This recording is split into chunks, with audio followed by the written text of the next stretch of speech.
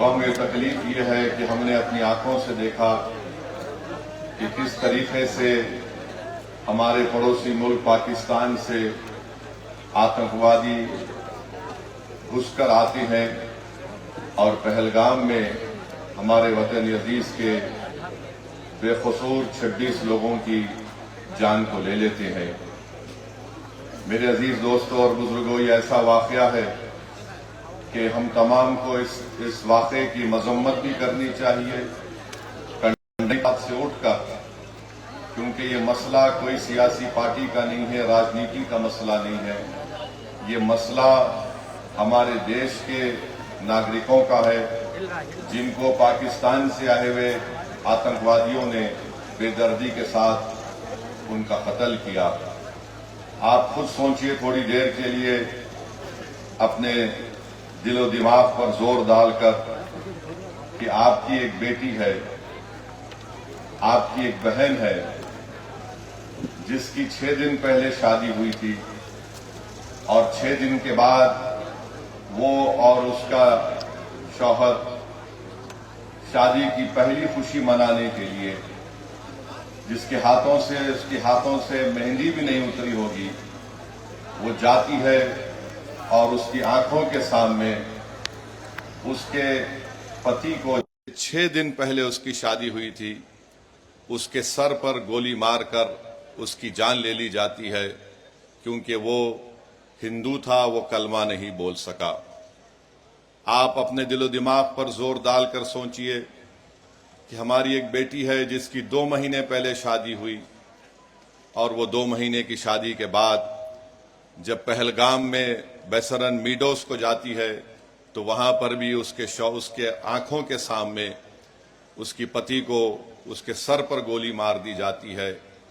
और वो बेवा हमारी बेटी ये कहती है कि जब मेरे पति को गोली मारी गई तो मैं उसके चेहरे को भी नहीं देख सकी बराबर।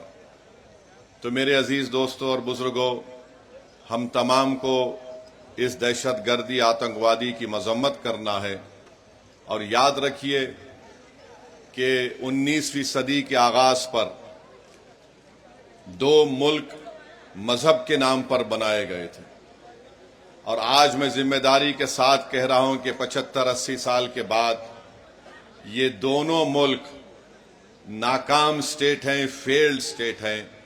एक का नाम पाकिस्तान है, दूसरे का नाम इजराइल है। ये दोनों भी मजहब की बुनियाद पर बनाए गए थे। एक ये कहकर भारत को तोड़ा गया कि मुसलमानों का अलग मुल्क होगा और एक मुल्क को यह कहकर अरबों की जमीन छीनी गई कि यहां पर हम यहूदियों का मुल्क बनाएंगे। उन्होंने यहूदियों का मुल्क नहीं बनाया, बल्कि ज़ायनिज्म और ज़ायनिज्म की आइडियोलॉजी को आगे बढ़ाने के लिए मुल्क बनाया। ये दोनों ममालिक एक फेल्ड स्टेट है, जहां पर उन्हीं के मुल्क में लोगों पर जुल्म किया जाता है। तो हम उम्मीद करते हैं कि हमारी सरकार, इस देश के प्रधानमंत्री, ये जो आतंकवादी हमला हुआ है, बुज़दिलाना हमला हुआ है, वो उस पर मौसर कार्रवाई करेंगे, मरने वालों को वो इंसाफ दिलाएंगे। और हम उम्मीद करते हैं कि हमेशा के लिए पाकिस्तान से जो आतंकवादी हमारे देश में आकर मासूम लोगों की जानें लेते हैं, चाहे वो हमारी बेटियां हों या फिर वर्दी पहनने वाले हमारे नौजवान बेटे हों, इन आतंकवादी हमले को खत्म करने के लिए हम उम्मीद करते हैं कि देश के प्रधानमंत्री पाकिस्तान से आए हुए आतंकवादी और पाकिस्तान जैसे एक फेल्ड स्टेट के खिलाफ वो एक मौसर कार्रवाई करेंगे, ऐसा इक़दाम करेंगे कि दोबारा पाकिस्तान 100 मरतबा सोचेगा कि भारत की सरजमीन में आकर किसी को मारने के बारे में। मेरे अजीज दोस्तों और बुजुर्गों, मैं आपको ये बताना चाहता हूं कि पाकिस्तान ये पूछ रहा है कि भारत के पास अगर कोई प्रूफ है तो दो।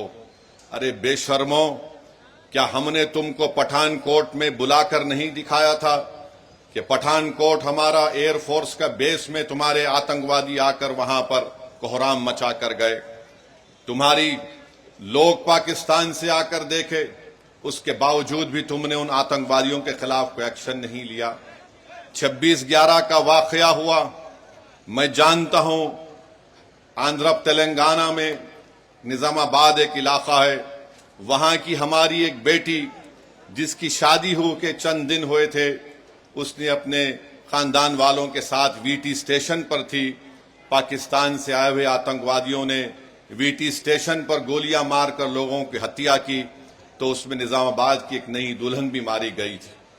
पाकिस्तान कभी भी इकरार नहीं करेगा कि उनके मुल्क से आतंकवादी आकर भारत में लोगों का कत्ल कर रहे हैं।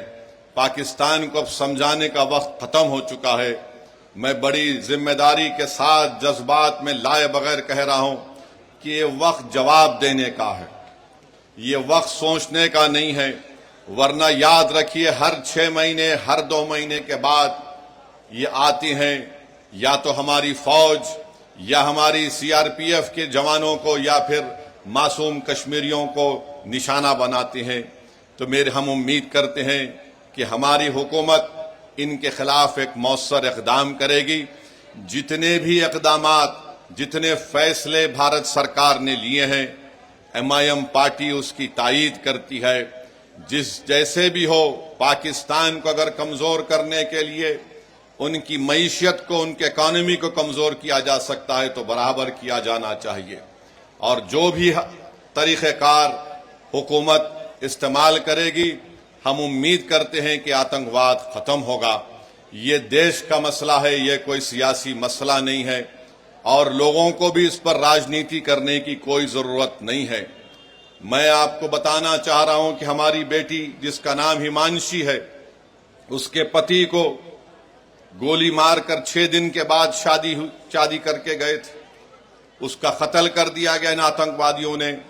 ये हमारी बेटी हिमांशी का एक पैगाम देती है, हमारे देश में बसने वाले जो लोग हिंदू मुस्लिम का जहर फैला रहे हैं, वो कहती है कि मैंने अपने पति को खोया, मगर मैं नहीं चाहती कि मुसलमान और कश्मीरियों के खिलाफ नफरत के मजारे किए जाए।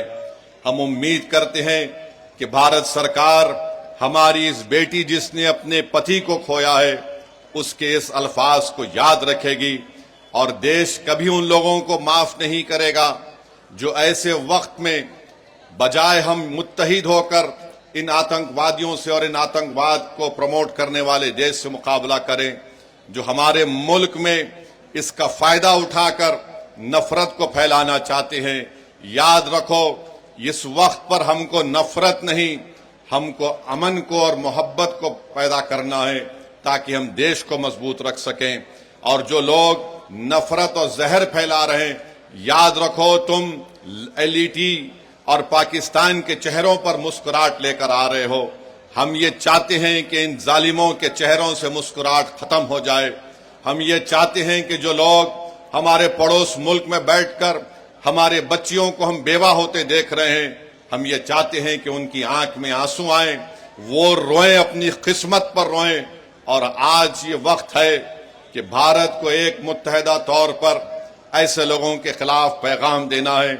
हम भारत के प्रधानमंत्री से इस बात का मुतालिबा करते हैं कि जितने 26 लोग वहां पर मारे गए, भारत सरकार उनको शहीद का रुतबा दे, ताकि लोग हमेशा के लिए उनको याद रख सकें। ये मैं ही नहीं कह रहा हूं, बल्कि उन परिवार के लोग इस बात का मुतालिबा कर रहे हैं कि जो लोग मारे गए उनको शहीद का रुतबा दिया जाए। जो मारे गए उनके परिवार के लोग कह रहे हैं कि हम इंतजार कर रहे हैं कि कब हमारे मरने वालों से इंसाफ होगा। हम उम्मीद करते हैं कि भारत सरकार एक ठोस और मजबूत इक़दाम करेगी